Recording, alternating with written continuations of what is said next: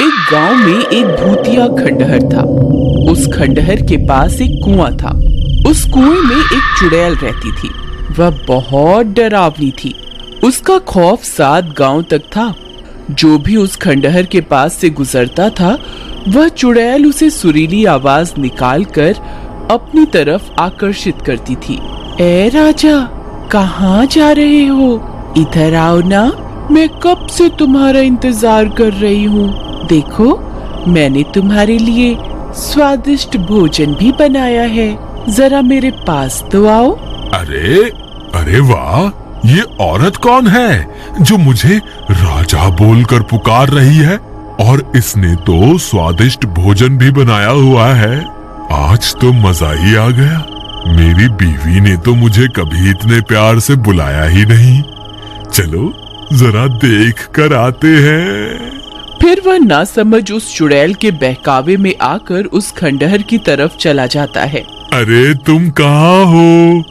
देखो, तुम्हारा राजा आ गया। मेरी रानी, तुम कहाँ हो? तुम्हें मुझसे छुपने की जरूरत नहीं है। मुझसे शर्माओ मत। राजा जी, मैं यही हूँ, मुझे ढूंढो। मुझे ढूंढ के दिखाओ, मैं तो यहाँ हूँ। फिर वह गांव वाला उसकी आवाज का पीछा करता है और उस कुएं के पास पहुंच जाता है। अरे राजा जी, इधर उधर क्या देख रहे हैं? मैं तो यहाँ हूँ। अरे यार, ये आवाज तो यहीं से आ रही है, लेकिन ये औरत दिखाई क्यों नहीं दे रही? अरे मेरी रानी, तुम कहाँ हो? देखो, मैं आ गया। अब मेरे सामने आ जाओ। देखो, मैं यहाँ नीचे छुपी हुई हूँ, मुझे ढूंढो। आवाज तो इसी कुएं से आ रही है। लगता है ये इसी कुएं में छुपी हुई है। धप्पा! देखो, मैंने तुम्हें ढूंढ लिया। फिर वह नासमझ उस कुएं में झांकने लगता है। तभी उस कुएं से एक खूनी पंजा बाहर निकलता है और उसकी गर्दन पकड़कर उसे नीचे की तरफ खींच लेता है। अरे मर गया रे! ये क्या चीज है? ये भगवान, मुझे बचाओ! अरे मर गया रे! आए! तुम कौन हो? मैं तो अपनी रानी की तलाश में यहाँ आया था। हे भगवान, मैं ये कहाँ फंस गया?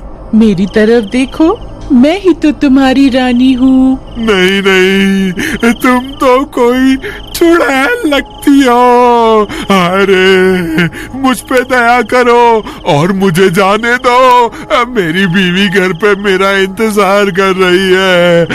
भगवान के लिए मुझे छोड़ दो। नहीं, तुम इतनी दूर से आए हो, खाना खा के जाना। अरे वाह, लगता है ये कोई अच्छी चुड़ैल है। मैं बेकार में ही घबरा रहा था। जी जरूर, खाना खा के ही जाएंगे। वैसे चुड़ैल जी, आपने खाने में क्या बनाया है? अभी तो खाना बनाना है। अच्छा, तो क्या प्याज काटने में आपकी मदद कर दूं? नहीं, उसकी क्या जरूरत है? यहाँ कोई गैस चूल्हा तो दिखाई नहीं दे रहा। आप खाना कैसे बनाएंगी? खाने को बनाने की क्या जरूरत है, ऐसे ही खा जाएंगे। अच्छा, वैसे आज खाने में है क्या? तुम्हारा सर। अरे मर गए रे! ये तो मुझे ही खाने की बात कर रही है। हे भगवान, ये आज मैं कहाँ फंस गया? आज रात के खाने में मैं तुझे ही खाऊंगी। इतना बोलकर वह चुड़ैल कुएं में बनी गुफा के अंदर चली जाती है। फिर रात होने पर, देवर जी, इतनी रात हो गई, ये अभी तक घर नहीं आए। मुझे तो इनकी बहुत फिक्र हो रही है। भाभी, आप घबराइए मत, मैं अभी जाकर भैया को ढूंढ कर लाता हूँ। फिर महेश अपने भैया की तलाश में इधर उधर भटकने लगता है। रामू भैया, आप कहाँ हैं? रामू भैया, रामू भैया, क्या आप मुझे सुन पा रहे हैं? यहाँ तो रामू भैया का कोई नामो निशान नहीं है। अब उन्हें कहाँ ढूंढूं? फिर उसकी नजर उस कुएं के पास पड़े गमछे की ओर जाती है। अरे, ये तो भैया का लगता है। कहीं भैया इस कुएं में तो नहीं गिर गए? अरे, मर गए रे। ये तो वही भूतिया कुआं है जिसके बारे में लोग बातें किया करते हैं। हे भगवान, अब क्या होगा रामू भैया का? फिर वह जोर जोर से अपने भैया को पुकारता है। रामू भैया, आप कहाँ हैं? क्या आप मुझे सुन पा रहे हैं? अरे, ये तो मेरे छोटे भाई की आवाज है। लगता है वो मेरी तलाश में यहाँ आया है। अरे वाह, ये तो मजा ही आ गया। ये शिकार तो खुद ही यहाँ चल कर आ गया। चुड़ैल फिर से अपनी सुरीली आवाज निकालती है। आओ राजा जी, मैं कब से आपका इंतजार कर रही थी। जल्दी आइए, मैंने भोजन भी बनाया हुआ है। अगर देर हो गई तो भोजन ठंडा हो जाएगा। अरे, ये मधुर आवाज किसकी है? ये मुझे राजा क्यों बुला रही है? तुम कौन हो? राजा जी, मैं आपकी रानी हूँ। मैं कब से आपका इंतजार कर रही हूँ। मैं यहाँ इस कुएं में हूँ। अरे नहीं महेश, ये कोई रानी वानी नहीं है। तुम इसके झांसे में मत आना। ये एक चुड़ैल है। अगर तुम इस कुएं के पास आए तो ये तुम्हें अंदर खींच लेगी। तुम इस कुएं में झांक के मत देखना। अरे, ये तो रामू भैया की आवाज है। मर गए रे। रामू भैया तो चुड़ैल के शिकंजे में है। अब मैं क्या करूं? तेरी इतनी हिम्मत! तेरी वजह से मेरा शिकार मेरे हाथ से निकल गया। अब तुझे नहीं छोड़ूंगी। हे चुड़ैल जी, मुझे माफ कर दो। आगे से कभी ऐसी गलती नहीं होगी। मुझे माफ कर दो। मैंने जल्दी ही भैया को इस कुएं से बाहर नहीं निकाला तो ये चुड़ैल इन्हें जिंदा नहीं छोड़ेगी। मुझे कोई ना कोई तरकीब निकालनी होगी। अगर मुझे कोई रस्सी मिल जाए तो मैं उसे इस कुएं में डाल दूं, जिसकी मदद से भैया बाहर निकल जाएंगे। हे भगवान, यहाँ तो ऐसी कोई भी चीज नहीं है जिसकी मदद से भैया इस कुएं से बाहर आ सके। फिर वह इधर उधर ढूंढने लगता है। तब उसे एक टूटा हुआ पेड़ दिखाई देता है। ये टूटा हुआ पेड़ मेरे काम आ सकता है। अगर मैं इसे इस कुएं में डाल दूं तो भैया इसकी मदद से ऊपर आ सकते हैं। फिर वह उस पेड़ को उठाता है और कुएं में डाल देता है। रामू भैया, आप इस पेड़ की मदद से ऊपर आ जाइए।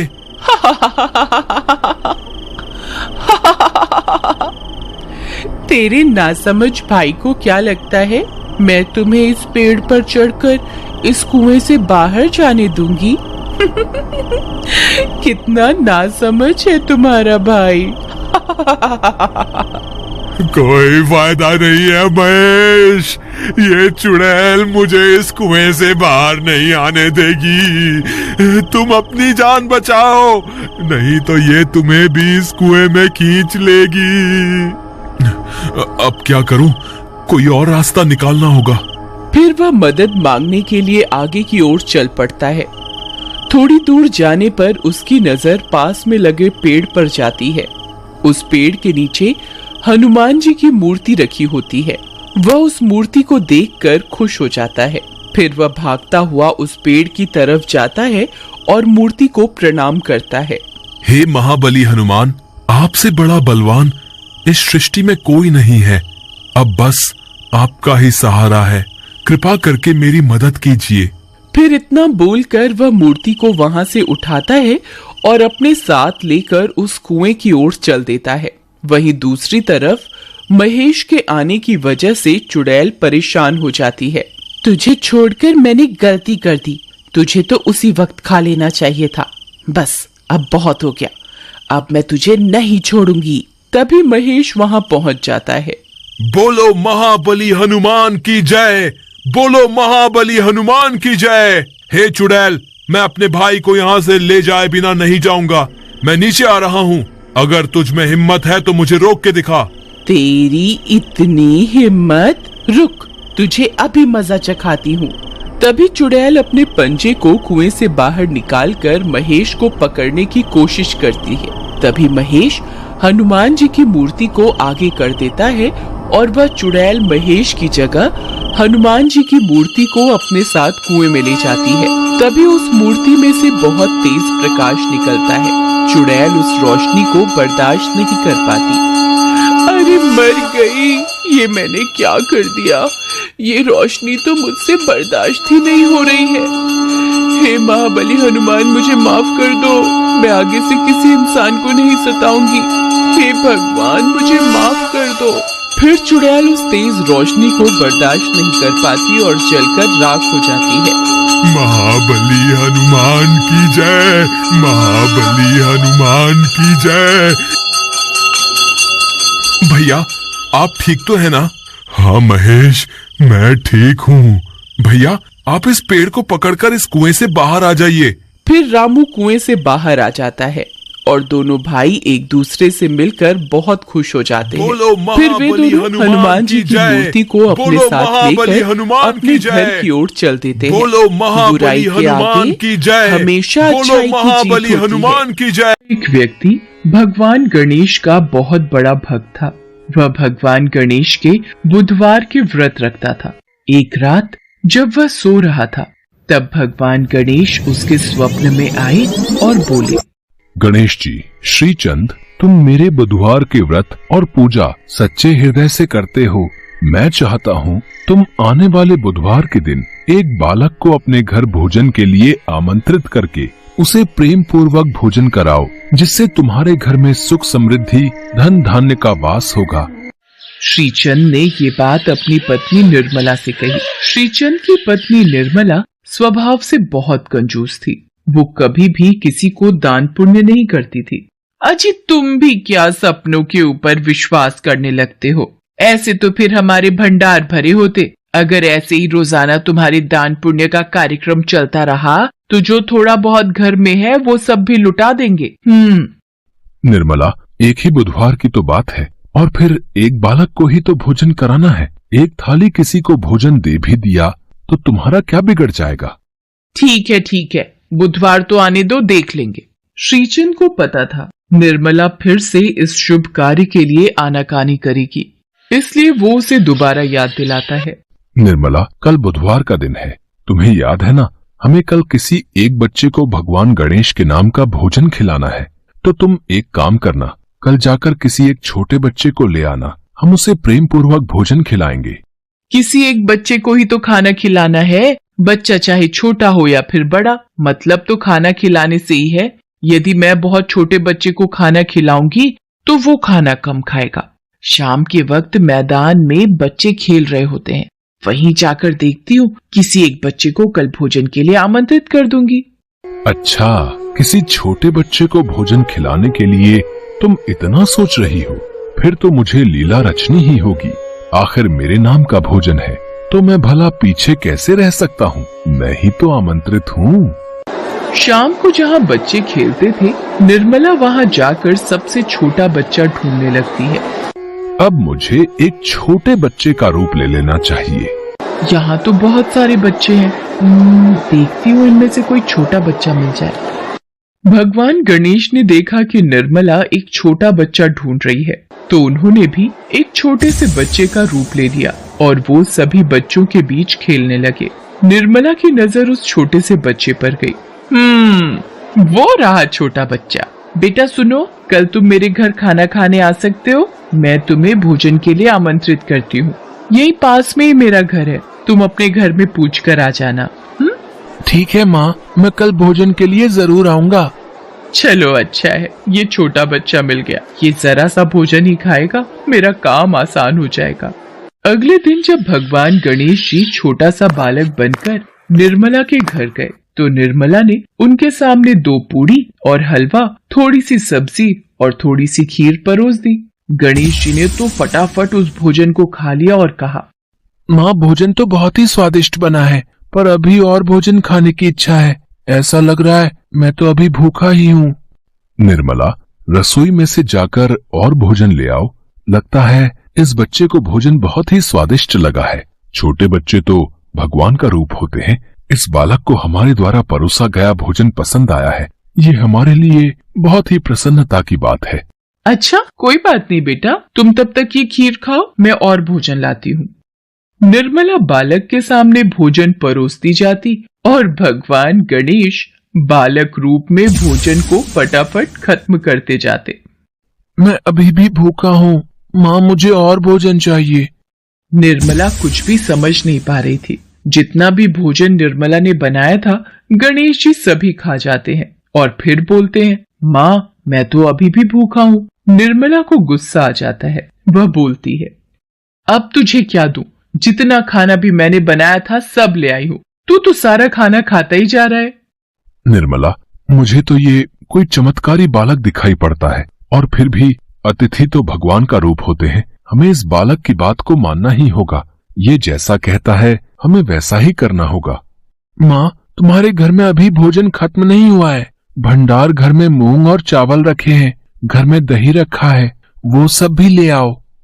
इस बालक को कैसे पता कि हमारे यहाँ क्या क्या रखा है? कुछ समझ नहीं आ रहा। मुझे तो सचमुच इस बालक पर बहुत गुस्सा आ रहा है। सब कुछ तो इसके आगे रख दिया है, ये तो सब खाता जा रहा है। घर में जो दालें रखी है ना, वो भी ले आओ। निर्मला दालें भी लेकर आ जाती है। भगवान गणेश दाल और आटा भी खा जाते हैं।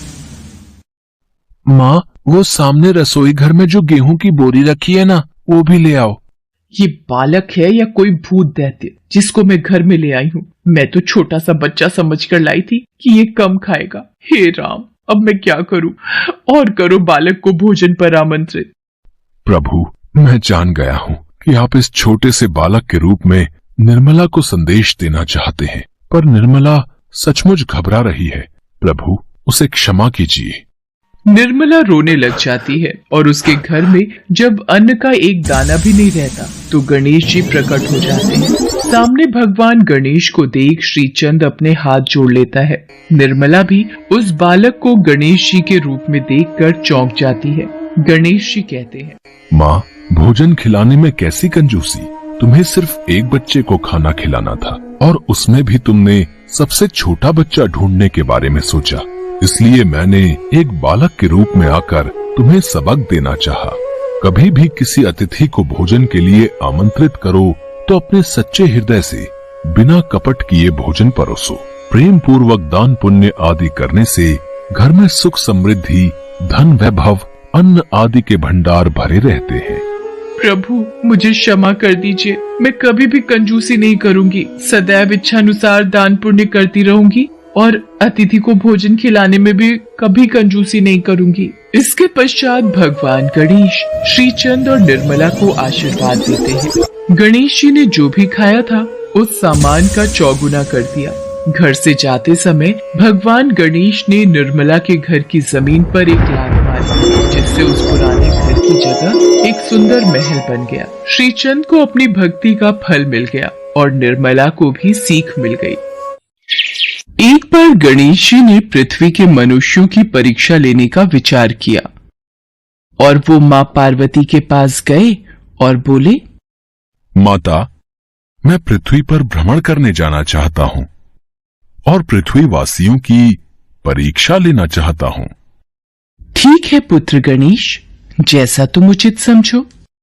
पृथ्वी भ्रमण के लिए मैं एक बालक का रूप ले लेता हूँ। बाल गणेश को तो लीला धरनी थी, इसलिए उन्होंने एक बालक का रूप बना लिया और अपने एक हाथ में चम्मच में दूध ले लिया और दूसरे हाथ में एक चुटकी चावल ले लिए और गली गली घूमने लगे। वो साथ ही साथ आवाज लगाते चले जा रहे थे, मेरे पास ये दूध और चावल है, क्या कोई मेरे लिए इस सामग्री की खीर बना देगा?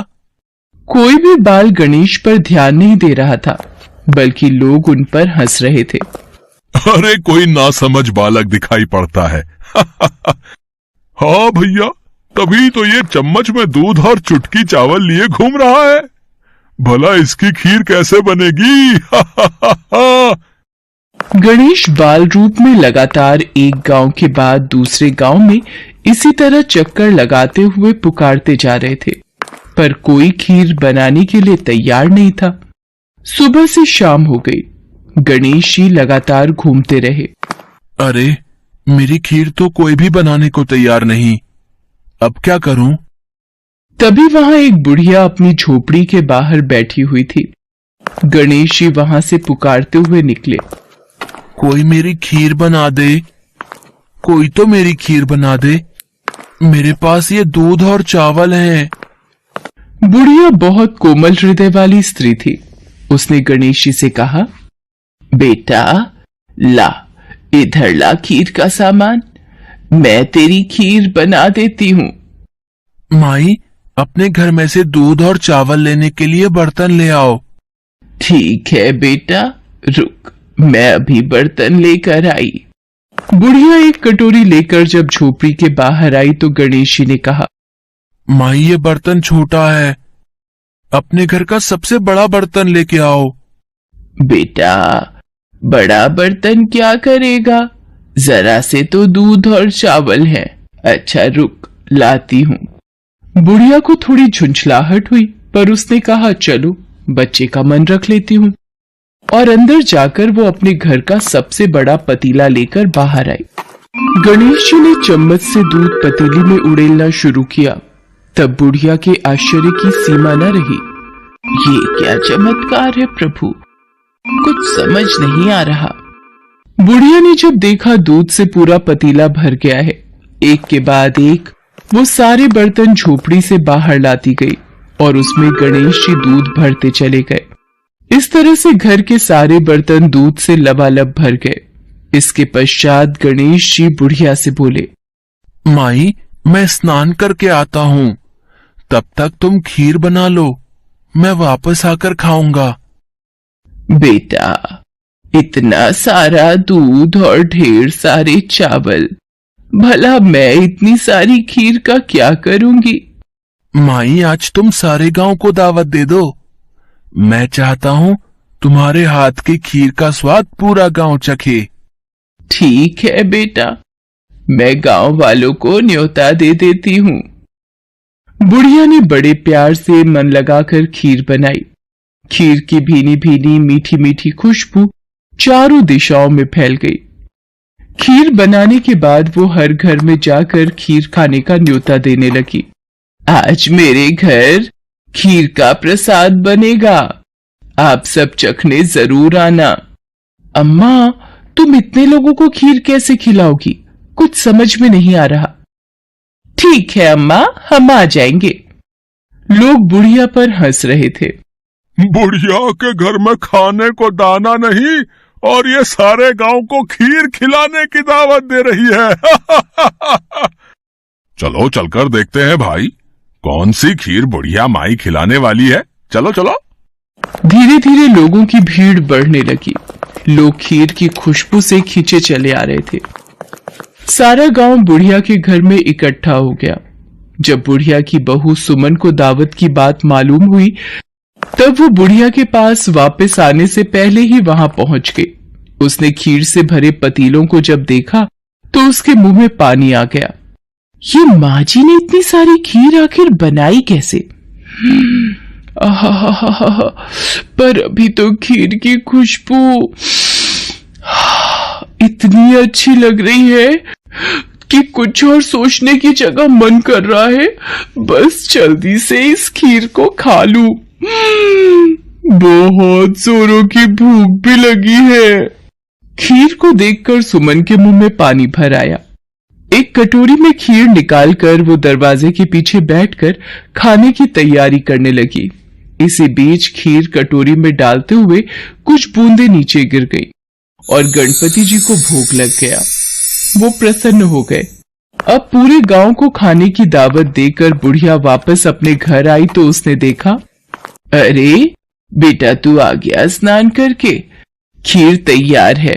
चल बेटा, मैं तुझे गरम गरम खीर परोस देती हूँ। माई, भोग तो लग चुका है, तुम्हारी बहू ने मुझे खीर का भोग दे दिया। मेरा पेट पूरी तरह से भर गया है, मैं तृप्त हूँ। अब तू खा, अपने परिवार और सारे गांव वालों को खीर खिला। पर बेटा ये तो बहुत ज्यादा खीर है, सबका पेट भर जाएगा, इसके बाद भी ये बच जाएगी। उस बची खीर का मैं क्या करूंगी? माई, जो भी बची खीर होगी उसे रात में अपने घर के चारों कोनों में रख देना। मेरे कहने पर तुमने इतने प्रेम से खीर बनाई, तुम्हें गणेश की चमत्कारी खीर बनाने का मीठा फल अवश्य प्राप्त होगा। ये कहकर मानो वो बालक न जाने कहाँ गायब हो गया। इतनी देर में गांव वाले भी आ गए। बुढ़िया ने भगवान गणेश का ध्यान करके सब गांव वालों को खीर का प्रसाद बांटा। जब सारा गांव श्याम अपनी पत्नी शोभा के साथ मोहनपुर नामक एक गांव में रहता था। श्याम शुरू से ही माँ लक्ष्मी का भक्त था, तो वहीं शोभा शादी से पहले से ही माँ सरस्वती की भक्त थी। इसलिए उनके घर के मंदिर में माँ लक्ष्मी और सरस्वती दोनों की ही तस्वीर थी। माता रानी की भक्ति करना वो दोनों नहीं भूलते थे। श्याम एक लकड़हारा था जो कि लकड़ियां काटकर अपनी रोजी रोटी कमाता था। उनकी शादी को 8 साल हो गए थे, लेकिन अभी तक उन दोनों को संतान सुख की प्राप्ति नहीं हुई थी, जिससे धीरे धीरे शोभा की आस्था भगवान पर से उठती जा रही थी। साथ ही वो अब काफी गुस्सैल स्वभाव की भी हो गई थी। जबकि श्याम अभी भी माँ पर पूरा विश्वास रखता और दिन रात माँ लक्ष्मी और सरस्वती की ही आराधना करता। हे माँ, चाहे कितने भी दुख और परेशानियां आए, मुझे पता है आप मेरे साथ हो, तो मुझे किसी भी बात की कोई चिंता नहीं। तुम्हें क्यों चिंता होगी? तुम तो सुबह निकल जाते हो, रात को 2 पैसे कमाकर घर लौटते हो। पीछे से तो मैं परेशान होती हूँ ना, पूरा दिन घर के काम निपटाते रहो। अच्छा, अब गुस्सा मत कर। गुस्सा करना सेहत के लिए अच्छा नहीं होता।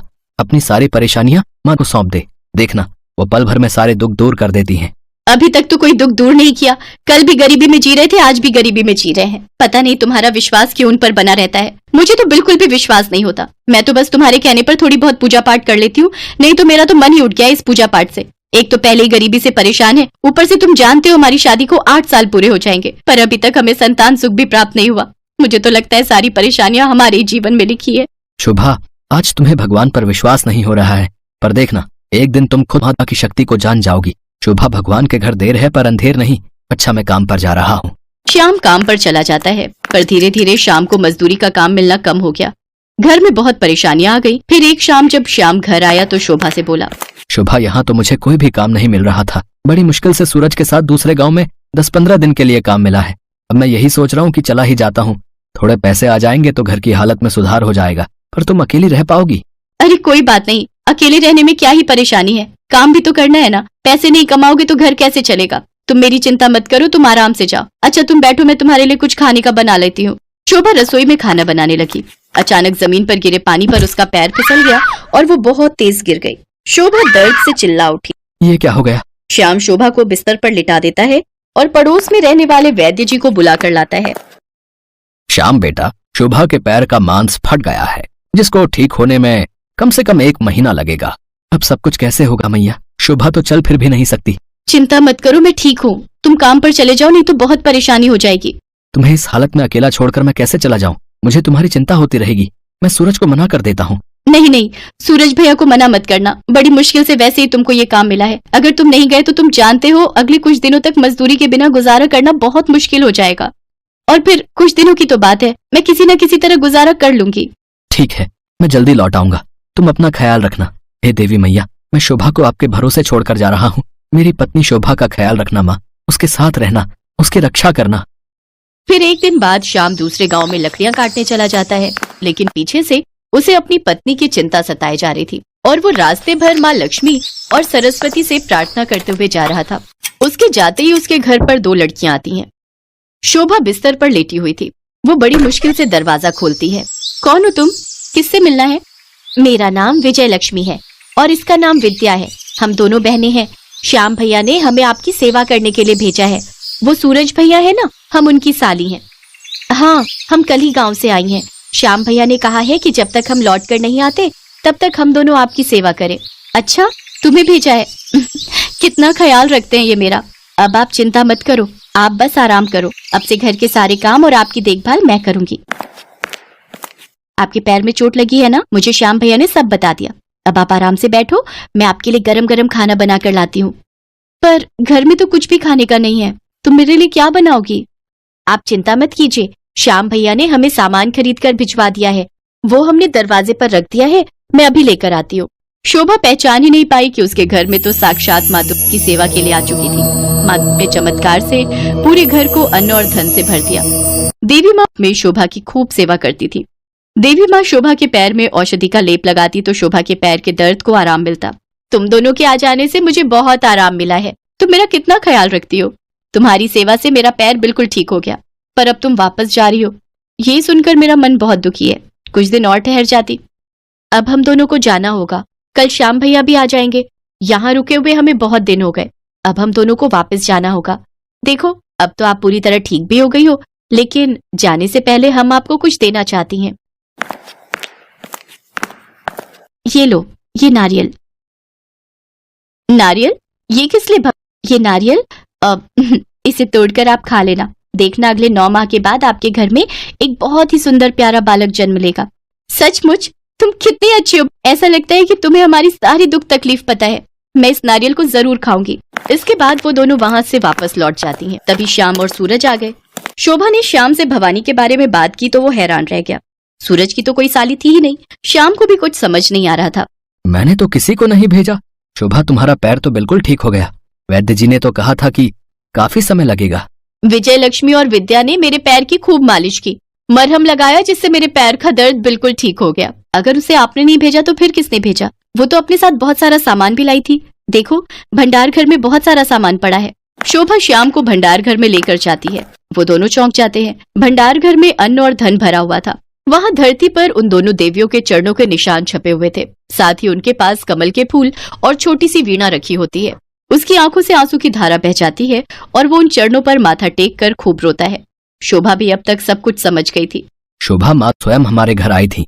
उन्होंने तुम्हारी सेवा की, इस घर को अन्न धन से भर दिया। हे मैया, मुझे आपके दर्शनों का सौभाग्य नहीं प्राप्त हो सका। मुझे उनके दर्शन हुए, पर मैं उन्हें पहचान नहीं पाई। मैंने तो उनसे अपनी सेवा करवाई, सारे घर का काम करवाया। हे माँ दुर्गा, मेरी भूल को क्षमा कर देना। आपने हमारे लिए इतना कुछ किया और मैंने कभी आपकी ठीक से पूजा तक नहीं की। आपकी महिमा अपरंपार है मैया। शोभा और श्याम साथ में माँ दुर्गा और माँ सरस्वती के मंदिर जाते हैं। अब श्याम और शोभा की जिंदगी में सब कुछ था। माँ दुर्गा के आशीर्वाद से उसके घर में अब किसी भी चीज की कोई कमी नहीं थी। माँ लक्ष्मी और माँ सरस्वती का नाम लेकर शोभा ने उस नारियल को खाया, जिसके फल स्वरूप 9 महीने के पश्चात उसके घर में बहुत ही सुंदर बालक का जन्म हुआ, जो कि बहुत ही तेज बुद्धि का था। माँ लक्ष्मी और सरस्वती की कृपा से उन दोनों की जिंदगी अब खुशियों से। एक गांव में एक बुढ़िया माई रहती थी। वो मिट्टी के खिलौने बनाया करती थी। उसका एक बेटा बहू थे। उसकी बहू रूपा गांव में खिलौने बेचने जाया करती थी। खिलौने ले लो, खिलौने, सुंदर सुंदर मिट्टी के खिलौने ले लो। अरे बहन, जब भी तुम आती हो मेरा बच्चा नए खिलौने लेने की जिद करता है। तुम किसी और गली में जाया करो। बहन, ऐसे तो सब मना कर देंगे तो हम खिलौने कहाँ बेचेंगे? बच्चों के लिए हम बहुत मेहनत से सुंदर खिलौने बनाते हैं और आप कह रही हैं कि बेचो मत। ऐसा कैसे होगा? अच्छा, तो फिर यह घोड़ा मुझे दे दो। पिछली बार हाथी लिया था। इसी तरह रूपा पूरे गांव में घूम घूम कर खिलौने बेचा करती थी। शाम को जब वो वापस आती है तो वो सारे पैसे अपनी सास को दे देती है। बुढ़िया माई का बेटा सागर एक जमींदार के घर में नौकरी करता था। एक दिन शाम को सागर घर आता है। बेटा, मैंने तुझे कितनी बार कहा है कि कुछ खिलौने जमींदार जी के घर ले जा। क्या पता वो खरीद लें, उनके भी तो बच्चे होंगे। माँ, उनकी 2 बहुएं हैं, लेकिन किसी के भी बच्चे नहीं हैं। दोनों के बच्चे होते हैं लेकिन मर जाते हैं। ये तू क्या कह रहा है? फिर तो वे काफी दुखी होंगे। हाँ माँ, जमींदार को लगता है कि उसका वंश अब खत्म हो जाएगा। तू चिंता मत कर बेटा, कल मैं रूपा को कुछ समझा कर भेजूंगी। तू बस इसे अपनी मालकिन से मिलवा देना। अगले दिन बुढ़िया माई रूपा को सब समझाकर जमींदार के घर भेज देती है। मालकिन, आपकी दोनों बहुओं के बच्चे होके मर जाते हैं। इसके लिए आप इस बार उन्हें अहोई अष्टमी का व्रत करने के लिए बोलना, और जो बच्चे उनके मर गए हैं उतने ही बच्चे मैं मिट्टी के दे जाऊंगी। फिर आप उनके लिए व्रत कर शाम को पूजा करवाना। पूजा के बाद वे दोनों अर्घ देकर भी भोजन ग्रहण न करें। रात के समय अहोई माता के सामने बैठकर अपने मिट्टी के बच्चों की लंबी उम्र के लिए प्रार्थना करें। अगर वे सच्चे मन से प्रार्थना करेंगी तो बच्चे जिंदा हो जाएंगे। अहोई अष्टमी के दिन दोनों बहुएं ऐसी ही करती हैं। दोनों अपने बच्चों को सामने रखकर पूजा करती हैं। लेकिन पूजा के बाद छोटी बहू को बहुत भूख लग रही थी, इसीलिए वो एक लड्डू खा लेती है। रात को जब वे दोनों अहोई माता से प्रार्थना करती हैं तो बड़ी बहू के दोनों बच्चे जिंदा हो जाते हैं, लेकिन छोटी बहू के नहीं होते। अगले दिन जमींदार भागकर बुढ़िया माई के घर पहुंच जाता है और उन्हें सारी बात बताता है। ऐसा कैसे हो सकता है कि अहोई माता एक बच्चे को आशीर्वाद दे और दूसरे को नहीं? बुढ़िया माई अपनी बहू रूपा को लेकर जमींदार के घर पहुंच जाती है। माँ जी, इन खिलौनों में तो दरार आ गई है। वो मिट्टी के बने खिलौने को देखती है। बुढ़िया माई जमींदार की छोटी बहू से पूछती है, माँ जी, मुझे माफ कर दीजिए, मुझे भूख लग रही थी इसीलिए मैंने लड्डू खा लिया। ये सुनकर मालकिन को बहुत गुस्सा आया। उसने अपनी छोटी बहू को घर से निकाल दिया। ये देखकर बुढ़िया माई उसे अपने घर ले आई। 1 साल तक वो बुढ़िया माई के घर में रहकर खिलौने बनाती रही। अगली अहोई अष्टमी के दिन बुढ़िया माई बहू को लेकर जमींदार के घर पहुंची। इसे क्यों ले आई है? हम इसे नहीं रखेंगे। मालकिन, ऐसा ना करें, इस फूल की इसे काफी सजा मिल चुकी है, आज इसे व्रत करने दो। दोनों बहुएं व्रत करती हैं। पूजा के बाद बड़ी बहू व्रत पूरा कर लेती है, लेकिन छोटी बहू मां से प्रार्थना करने बैठ जाती है। उसके घर वाले उसे छोड़कर सोने चले जाते हैं। तभी अहोई माता की कृपा से उसका बेटा जीवित हो जाता है। ये देखकर जमींदार और उसकी पत्नी बहुत खुश होते हैं। वे बुढ़िया माई और उसके बहू बेटे को बुलाकर बहुत सा धन, गहने और रहने के लिए पक्का मकान देते हैं।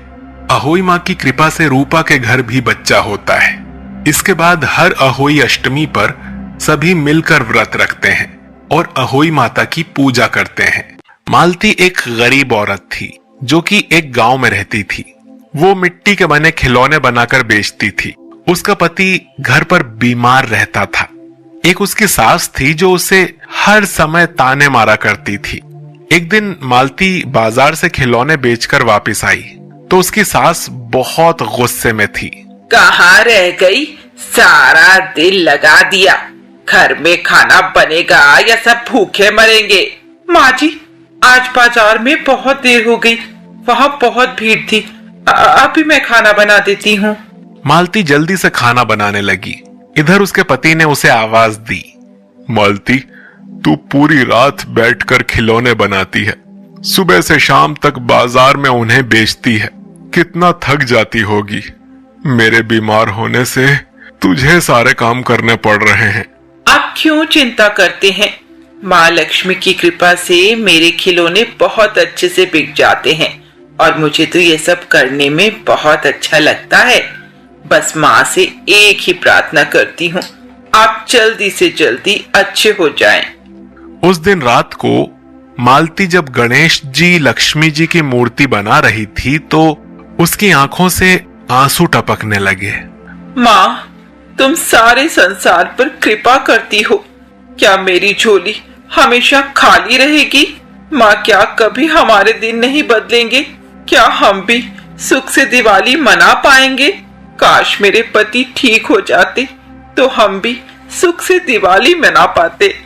यही सोचते सोचते मालती घर के बाहर बैठकर मूर्ति में रंग भर रही थी। उसके बाद उसने वहीं पर सब मूर्तियां सूखने के लिए रख दी। वो वहीं सो गई। सुबह जब उसकी आंख खुली तो उसने देखा कि उसमें से एक लक्ष्मी जी की मूर्ति कम है। मैंने तो पूरी मूर्ति बनाई थी, एक माता की मूर्ति कम कैसे है? तभी उसके पास एक छोटी सी कन्या आई। माँ जी, आप क्या ढूंढ रही हैं? कुछ नहीं बेटी, मैंने माँ लक्ष्मी की मूर्तियां बनाई थी, लेकिन इनमें से मूर्ति कम है। लेकिन तुम कौन हो बेटी? मैं यहीं पास के गांव में रहती हूँ। मेरे पिता अभी कुछ सामान लेने बाजार गए हैं। क्या उनके आने तक मैं आपके यहाँ रुक सकती हूँ? अरे कोई बात नहीं, तुम बैठो, मैं तुम्हारे लिए कुछ खाने को लाती हूँ। मालती उसे घर के अंदर ले जाती है और बिठाकर खाना खिलाती है। बेटी, तुम मेरे साथ चलो। मैं बाजार में खिलौने बेचती हूँ, क्या पता वहीं तुम्हारे पिताजी मिल जाएं? कन्या मान जाती है। उसके बाद दोनों बाजार चली जाती हैं।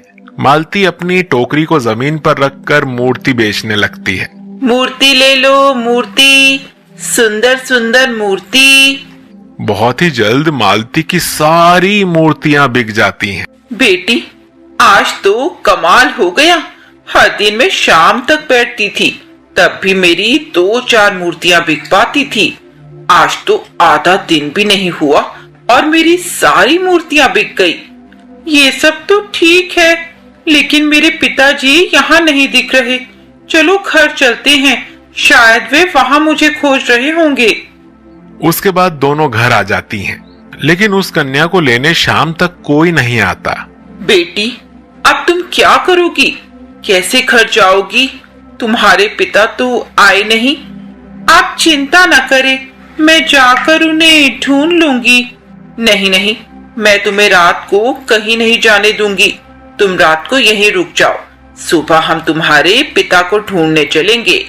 मालती रात को माँ लक्ष्मी की पूजा करती है। तभी वो कन्या उससे पूछती है, आप दिन रात माँ लक्ष्मी की पूजा करती हैं, फिर भी इतनी गरीब है, ऐसा क्यों? बेटा, इसमें माँ का कोई दोष नहीं। हो सकता है हमारे पिछले जन्म के पाप का फल मिल रहा होगा। रात को सब खाना खाकर सो जाते हैं। सुबह जब मालती की आंख खुलती है, अरे, वे कन्या कहाँ गई? हे भगवान, कहाँ चली गई? मैंने तो उसका नाम भी नहीं पूछा। अरे ये क्या हुआ? मैं तो बिल्कुल ठीक हो गया और मेरे अंदर इतनी ताकत कहाँ से आ गई? बेटी, मुझे माफ कर दे। मैं आज से तुझे बिल्कुल अपनी बेटी की तरह रखूंगी। ये सब देखकर मालती की समझ में कुछ नहीं आ रहा था। ये सब छोड़कर वो उस कन्या को ढूंढने बाहर चल दी। तभी उसने देखा कि उसके दरवाजे पर लाल पैरों के निशान बने हुए हैं। वो घर के बाहर गई तो देखा कि बाहर वही मूर्ति रखी थी जो उसे कल नहीं मिल रही थी। उसने ध्यान से देखा तो उस मूर्ति की पोशाक वही थी जो उस कन्या ने पहन रखी थी। ये देखकर मालती रोते हुए घर के अंदर आई और माँ की चौकी के आगे नतमस्तक हो गई। तभी उसके पति ने कहा, मालती देखो, हमारे घर इतना धन कहाँ से आ गया? माँ लक्ष्मी स्वयं आई थी बेटी बनकर और आपको ठीक कर दिया और मेरे भंडार भर दिए। मैं रात को रो रो कर माँ को याद कर रही थी। माँ ने मेरी पुकार सुन ली और मेरे घर आकर मेरे सारे संकट दूर कर दिए। ये सुनकर मालती के पति और सास रोने लगते हैं। उसके बाद से उन पर माँ की कृपा हो गई और दोनों पति पत्नी ने मूर्ति की दुकान खोली। राघव और बीना एक शहर में एक किराए के मकान में रहते थे।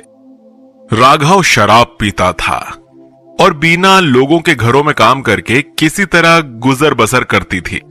एक दिन शाम को बीना काम से वापस आई तो राघव उसका इंतजार कर रहा था।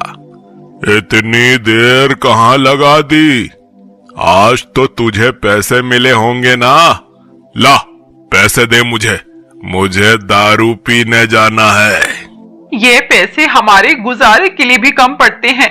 आपको शर्म आनी चाहिए, शराब के लिए पैसे कहाँ से आएंगे?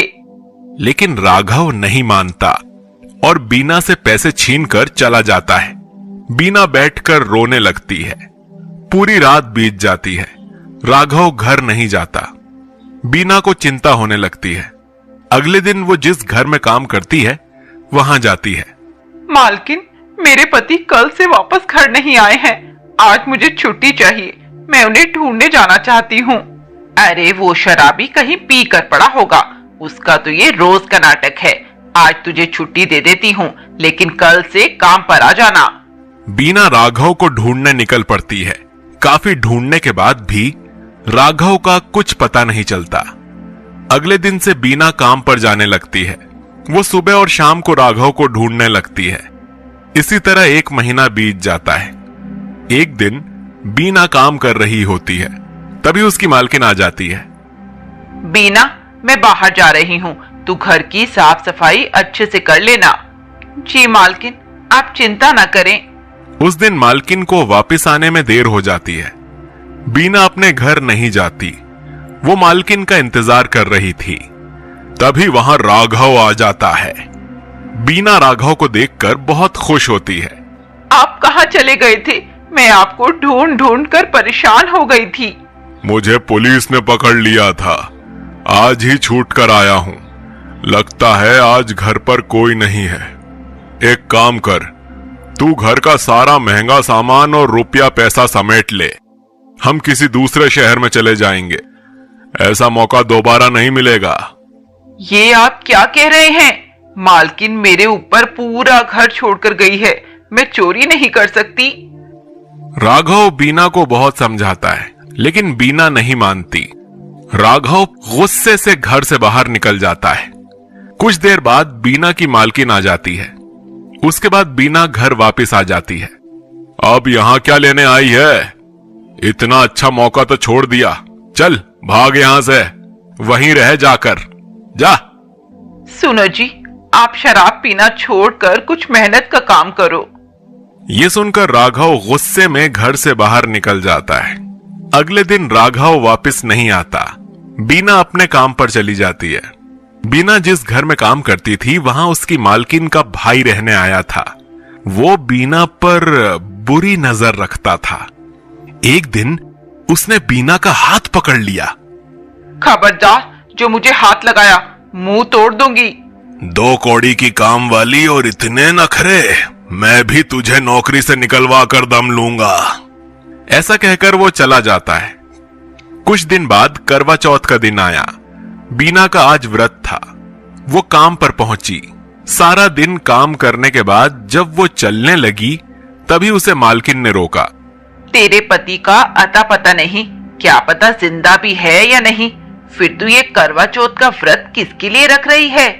मालकिन, ऐसा न कहिए, मैं कहीं भी हूँ, भगवान उनकी उम्र लंबी करे। यह व्रत मैं उनके लिए रख रही हूँ। तभी मालकिन का भाई वहां आ जाता है। दीदी ये झूठ बोल रही है। अभी कुछ दिन पहले ये मुझसे कह रही थी कि मैं तुम्हारे लिए करवा चौथ का व्रत रखूंगी। क्यों री, ये सब क्या है? मैंने तरस खाकर तुझे काम दिया और तू मेरे ही भाई को फंसाने लगी। मालकिन, ये झूठ बोल रहा है, बल्कि उल्टा ये मुझे छेड़ रहा था। मालकिन उसकी बात का विश्वास नहीं करती और उसे घर से बाहर निकाल देती है। घर आकर बीना बहुत रोती है। उसकी नौकरी भी चली जाती है। वो रोते रोते पूजा करती है और फिर छत पर जाकर चांद निकलने का इंतजार करती है। कुछ ही देर में चांद निकल आता है। वो चांद देख रही होती है। तभी सामने राघव आ जाता है। बीना राघव को देखकर चौंक जाती है। बीना, मुझे माफ कर दो। यहां से जाने के बाद मुझे एक साधु बाबा मिले। वो मुझे अपने आश्रम में ले गए। वहां उनके प्रवचन सुनकर मेरे मन में लालच और शराब की लत दोनों मिट गए। अब मैं मेहनत करूंगा बीना, और तुम्हें काम नहीं करने दूंगा। अगले दिन से राघव काम करने लगता है और बीना घर संभाल। इस बार तो पिछले साल से भी ज्यादा अच्छे संतरे उगे हैं। सुनने में आया है कि इस बार संतरों की कीमत बाजार में आम से भी ज्यादा होगी। अरे बातें बाद में कर लेना, काम कर लो। अगर सेठ ने बातें करते हुए देख लिया ना तो अच्छी खासी सुनाने को मिल जाएंगी। राघव की बात सुन तीनों भाई और उनकी पत्नियां मिलकर संतरे के बाग में काम करते हैं। सुबह से शाम तक काम करने के बाद वो सब अपनी अपनी दिहाड़ी लेकर और बचे कुचे कुछ छोटे मोटे संतरे लेकर घर आ जाते हैं। अरे वाह, आज तुम लोग संतरे लेकर आए हो। मेरा बड़ा मन कर रहा था संतरे का जूस पीने का। आशा बहू, जा इन संतरों का जूस बना कर लिया। आशा उन सभी संतरों को छीलकर एक बड़े से बर्तन में रख देती है और दाल घुटने से उन सभी संतरों को अच्छे से पीसकर छलनी की मदद से उन्हें छानकर सभी के लिए जूस ले आती है। ये लीजिए ठंडा ठंडा संतरे का जूस पीजिए। ये क्या आशा, तुम ये अभी से संतरे का जूस बनाकर क्यों ले आई? मैंने खाना बनाकर तैयार रख दिया है। अगर सभी जूस पी लेंगे तो खाना नहीं खा पाएंगे। पहले आप सभी लोग खाना खा लीजिए, बाद में जूस पी लेना। आंचल की बात सुन सभी पहले खाना खाते हैं। खाना खाने के बाद सभी लोग जूस पीने के लिए बैठते हैं। सुलेखा जैसे ही संतरे का जूस का पहला घूंट पीती है तो फौरन उसे थूक देती है। अरे क्या हुआ माँ, तुमने ये संतरे का जूस थूक क्यों दिया? सारा का सारा संतरे का जूस खट्टा हो गया है। सूंघकर देखो, इसके अंदर से कितनी गंदी बास आ रही है। सभी लोग जैसे ही संतरे के जूस को सूंघते हैं तो सबको भी गंदी बास आने लगती है। लेकिन ये जूस तो मैंने आधे घंटे पहले ही बनाया था, तो इतनी जल्दी खराब कैसे हो गया? खराब होगा कैसे नहीं, गर्मी का मौसम है। अगर हमारे घर में भी एक फ्रिज होता तो ये जूस खराब नहीं होता। जाने कब तक ऐसी चीजों को बर्बाद होते हुए देखना पड़ेगा। सुलेखा इतना कहकर गुस्से में बाहर चली जाती है। इस बार तो गर्मी ने अपने सारे रिकॉर्ड तोड़ दिए हैं। अंजलि इतना बोल ही रही होती है कि तभी उन्हें अपने घर के अंदर से कुछ टूटने की आवाज आती है। ये आवाज कैसी है? माँ जी ठीक तो है ना? पांचों बहुएं अंदर जाकर देखती हैं कि उनकी सास सुलेखा आंखों में गुस्से के साथ साथ आंसू लिए खड़ी है और उसके पैर के पास पानी का मटका टूटा पड़ा है। माँ जी आप ठीक तो है ना? नहीं, मैं ठीक नहीं हूँ और कुछ दिनों में तो मैं खत्म ही हो जाऊंगी। इस गर्मी ने तो इस मटके के पानी को भी गर्म करके रख दिया है। न जाने कब तक इस गर्मी में ठंडे पानी के लिए तरसना पड़ेगा। अपनी बूढ़ी सास की बात सुन पांचों बहुओं को अपनी सास के लिए काफी बुरा लगता है, लेकिन वो कुछ नहीं कह पाती और ऐसे ही दिन गुजरने लगते हैं। हे भगवान, ये क्या? इस साड़ी को भी अभी ही फटना था। परसों ही तो इस साड़ी को सिया था। साड़ी है कोई ईंट पत्थर की दीवार नहीं जो सालों साल चलेगी। सुबह से शाम तक गर्मी में इतना काम करने के बाद भी हम लोग अपने लिए साड़ी नहीं खरीद पा रहे। हेमा, अंजलि और शशि अपने अपने पतियों के साथ संतरे के बाग में काम करती थी और 50 रुपए ही कमा पाती थी, जिससे वो सभी लोग अपना पेट भरते थे। वहीं आशा और आंचल घर को संभालती थी। उनके पति शमशेर और नरेश कई जगहों पर काम ढूंढने की कोशिश करते हैं, लेकिन उन्हें कहीं पर भी काम नहीं मिलता। अरे इतने दिन हो गए काम ढूंढते हुए, लेकिन अभी तक कहीं पर भी काम नहीं मिला। अरे काम के अलावा भी तुम दोनों पैसे कमा सकते हो। मैं तो कह रहा हूँ तुम लोग भी हमारे साथ सट्टेबाजी में लग जाओ। इतना पैसा आएगा ना कि तिजोरियां भर जाएंगी, लेकिन पैसे खत्म नहीं होंगे। जुआ खेलना तो गलत बात है ना? अरे गलत बात है तो भूखे मरो। अपने दोस्त अजीत और राकेश की बात सुन शमशेर और नरेश उन दोनों के साथ जाकर सट्टा और जुआ खेलते हैं। उनके पास सट्टे में लगाने के लिए अपना एक घर ही होता है जिसे वो लगा देते हैं। पहली बार सट्टा खेलने की वजह से वो लोग आसानी से हार जाते हैं, जिसके चलते अब उन सब लोगों के सिर से छत भी छिन जाती है। गरीबी में हम लोग जैसे तैसे करके जी रहे थे। कम से कम हमारे सर पर छत तो थी, लेकिन तुम दोनों की वजह से वो भी छिन गई। हमें माफ कर दीजिए, ये सब हमने जानबूझकर नहीं किया। हम तो बस पैसे कमाना चाहते थे। जो होना था हो गया। हम एक काम करते हैं, अपने सेठ से जाकर कुछ पैसे ले आते हैं। कम से कम सिर छुपाने के लिए एक किराए का कमरा तो ले ही लेंगे। अर्जुन राघव जैसे ही संतरे के बाग में पहुंचते हैं तो उन्हें पता चलता है कि अच्छे संतरों के लिए उनका सेठ संतरे के पौधे में दवाई डालता था, जिसके चलते वो पकड़ा गया। इसी के साथ अब उनकी नौकरी भी चली जाती है और अब वो सभी सिर छुपाने के लिए एक जंगल में जाते हैं कि तभी उन्हें एक महक आती है। ये खुशबू तो कुछ जानी पहचानी सी लग रही है। सभी लोग उस खुशबू का पीछा करके जंगल के अंदर जाते हैं। तभी उन लोगों को एक बहुत बड़ा और सुंदर सा संतरों का बाग दिखाई देता है, जिसे देख वो लोग बहुत खुश होते हैं और एक बड़े से संतरे के पेड़ के नीचे जाकर उसकी छाया में बैठ जाते हैं। सर छुपाने के लिए इन संतरों के पेड़ की छाया तो मिल गई, लेकिन इस भूख का क्या करें? एक काम करते हैं, इन संतरों को ही तोड़कर खा लेते हैं।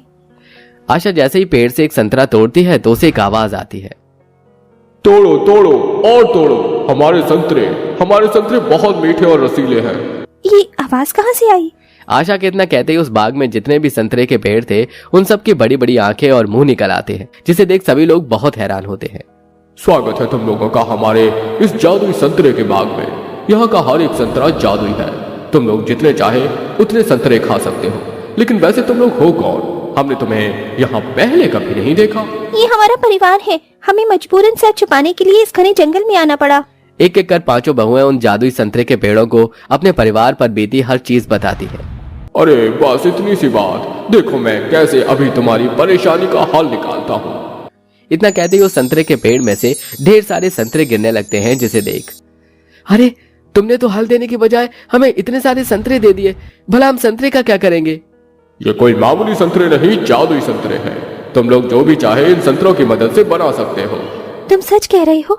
इसका मतलब हम इन संतरों की मदद से अपने लिए घर भी बना सकते हैं? जी हाँ। उन पेड़ों की बात सुन पांचों बहुएं बहुत खुश होती हैं, जिसके बाद अब वो सभी संतरे इकट्ठा करती हैं। सभी लोग मिलकर संतरे का घर बनाने लगते हैं और सिर्फ कुछ ही घंटे में उन सभी का बहुत बड़ा और सुंदर संतरों का घर बनकर तैयार हो जाता है। जिसके बाद वो लोग जैसे ही उस घर के अंदर जाते हैं, इन संतरों के अंदर से तो बहुत अच्छी और मीठी खुशबू आ रही है। ऐसा लग रहा है कि मैं तो कोई परियों की दुनिया में आ गई हूँ और गर्मी भी नहीं लग रही। जी माँ जी, और इस घर में जरूरत का सारा सामान है, चूल्हा से लेकर बेड तक। हाँ बहू, पर घर तो हमें मिल गया, लेकिन खाने का क्या? इतनी गर्मी में तो ठंडी ठंडी कुल्फी और जूस पीने का मन करता है। काश इस घर में फ्रिज भी होता, वो तो है ही नहीं। मेरे पास एक आइडिया है। जैसे हमने संतरों की मदद से अपना घर बनाया है, वैसे ही हम लोग फ्रिज भी बना सकते हैं। पांचों बहुएं उन संतरों के बाग में फिर जाती हैं और उनसे फिर से ढेर सारे जादुई संतरे मांगकर जादुई संतरों की मदद से जादुई संतरों का फ्रिज भी बनाती हैं। अरे ये संतरे से बना हुआ फ्रिज कितना सुंदर है। अब तो हम आराम से इसका ठंडा ठंडा पानी भी पी सकते हैं। पानी का नाम लेते ही उस संतरे से बने हुए फ्रिज के अंदर ठंडे पानी की ढेर सारी बोतल आ जाती हैं। इसका मतलब हम जो भी इस जादुई संतरे के फ्रिज से मांगेंगे वो हमें मिल जाएगा। अब वो सब बारी बारी कर उस जादुई संतरे से फ्रिज से आइसक्रीम, कुल्फी, जूस, केक, तरह तरह के खाने पीने की चीजें मांगते हैं और ऐसे ही कुछ दिन गुजर जाते हैं। अब तो इस साड़ी का अंतिम संस्कार हो ही गया। अब तो ये साड़ी सिलकर दोबारा पहनने के लायक भी नहीं बची। आशा की बात सुन बाकी बहुएं उदास हो जाती हैं। तभी अंजलि की नजर घर के बाहर संतरे के बाग में जाती है, जिसे देख अंजलि के मन में ख्याल आता है और अब वो उन संतरों के पेड़ के पास जाकर फिर से उनसे संतरे मांगती है और उन जादुई संतरे से अपने और बाकी बहुओं के लिए संतरों की साड़ी बनाती है, जिसे पहनकर वो काफी ज्यादा सुंदर लगते हैं। मैं तो कभी सपने में भी नहीं सोच सकती थी कि मैं संतरों की साड़ी पहनूंगी और इतनी ज्यादा सुंदर लगूंगी। जहाँ पांचों बहू काफी ज्यादा खुश थी, वहीं उनके पतियों को अपने काम की काफी ज्यादा फिक्र थी। इसलिए अब वो पांचों उन जादुई संतरों के पेड़ के पास जाते हैं। हे जादुई संतरे के पेड़, हम इस वक्त पैसों को लेकर काफी परेशान हैं, इसलिए हमने सोचा है कि हम लोग तुम्हारे पेड़ के संतरों को बेचेंगे और उससे पैसे कमाएंगे। क्या तुम हमें इसकी इजाजत दे सकते हो? हाँ, लेकिन मेरी एक शर्त है। तुम लोगों को इन सभी संतरों के पेड़ का काफी अच्छे से ध्यान रखना होगा। साथ ही साथ इस बाग की सफाई करनी होगी और हमें समय समय पर पानी देना होगा। उस पेड़ की बात सुन वो सभी लोग बहुत खुश होते हैं, जिसके बाद अब वो उन जादुई संतरों को बेचकर अच्छे खासे पैसे कमाने लगते हैं। इसी के साथ वो सब उन जादुई संतरों के बाग का भी काफी अच्छे से ध्यान रखते हैं और अब हंसी खुशी से वो अपनी जिंदगी जीते। बहुत पुराने समय की बात है। राजस्थान में राजा विक्रमादित्य का विवाह रानी पद्मावती के साथ हुआ, लेकिन 5 साल बीत जाने के बाद भी उनकी कोई संतान नहीं हो रही थी। सेनापति, दूसरे राज्य की राजकुमारी मोहिनी से मिलने की तैयारी करो, हमें उनसे विवाह करना है। लेकिन महाराज, महारानी पद्मावती का क्या होगा? ऐसा कठोर निर्णय आपने क्यों लिया? आपसे जितना कहा जाए उतना कीजिए। 5 साल बीत गए हमारे विवाह को, लेकिन हमारी एक भी संतान नहीं हुई। सेनापति अपना सर झुकाकर वहां से चला गया। तभी सेनापति की नजर महल के एक कोने में रानी पद्मावती पर गई। उन्होंने ये सब सुन लिया था। महारानी, आप महाराज की बात का बुरा मत मानिए। महाराज को आने वाली पीढ़ी की चिंता है। अगर कोई संतान नहीं होगी तो ये राजपाट कौन संभालेगा? आप चिंता न करें, इसका हल लेकर मैं कल सभा में उपस्थित हो जाऊंगा। सेनापति राजकुमारी मोहिनी के पास न जाकर एक खास गुरु के पास गए। गुरुजी के पास राजा विक्रमादित्य का समाधान था, इसीलिए सेनापति उन्हें लेकर राजा के सामने प्रस्तुत हुआ। उन्हें देखकर राजा विक्रमादित्य खड़े हो गए। आपके भाग्य में एक नहीं बल्कि 2 संतानें हैं। तुम्हें दूसरा विवाह करने की कोई आवश्यकता नहीं राजा विक्रमादित्य। जल्द ही आपको शुभ समाचार मिलेगा। गुरुजी की बात कोई नहीं टालता था, इसलिए राजा विक्रमादित्य भी उनकी बात मान गए। 2 महीने बाद रानी पद्मावती गर्भवती हो गई। सेनापति ने जैसे ही उन्हें ये खबर दी, राजा विक्रमादित्य खुशी से झूम उठा। पूरे राज्य में ढोल नगाड़े बजवा दो, पूरे गांव को दुल्हन की तरह सजा दो। ठीक 9 महीने बाद रानी पद्मावती ने 2 जुड़वा लड़कों को जन्म दिया। लेकिन सबसे चौंकाने वाली बात ये रही कि उनमें से एक लड़के के बाल सोने के थे और दूसरे लड़के के बाल चांदी के। ये देखकर सभी बहुत हैरान हुए। महारानी, ये कैसा चमत्कार है? हमारे एक राजकुमार के बाल सोने के और दूसरे राजकुमार के बाल चांदी के, जिसके पिता के चेहरे पर सोने जैसी चमक हो और जिसकी मां के चेहरे पर चांदी का नूर हो, तो ये सब होना तो साधारण सी बात है महाराज। सेनापति, तुम्हारे इन्हीं लफ्जों के तो हम कायल हो जाते हैं कभी कभी। हमारे जिस बेटे के बाल सोने के हैं उसका नाम हम सूर्यपुत्र रखेंगे और जिसके बाल चांदी के हैं उसका नाम चंद्रगुप्त। जाओ सेनापति, पूरे राज्य में इस बात का ऐलान कर दो तो इस तरह से समय बीतता रहा और दोनों राजकुमार बड़े होते गए। दोनों करीब 10 साल के हो चुके थे और आपस में लड़ा करते थे। मेरे बाल कितने सुंदर हैं। तेरे बाल तो अभी से सफेद हो गए। तू तो बिल्कुल बूढ़ा लगने लगा है और तेरे बाल तो बिल्कुल टट्टी जैसे पीले लगते हैं। उसके इतना बोलते ही राजा विक्रमादित्य ने चंद्रगुप्त को एक जोरदार थप्पड़ मार दिया। आज के बाद उससे इतनी ऊंची आवाज में बात मत करना। लेकिन पिताजी, इसने भी तो मुझे बूढ़ा कहा, तब आपने उसे कुछ क्यों नहीं कहा? राजा विक्रमादित्य ने उसकी बात का कोई जवाब नहीं दिया। खैर, धीरे धीरे दोनों राजकुमार जवान हो गए।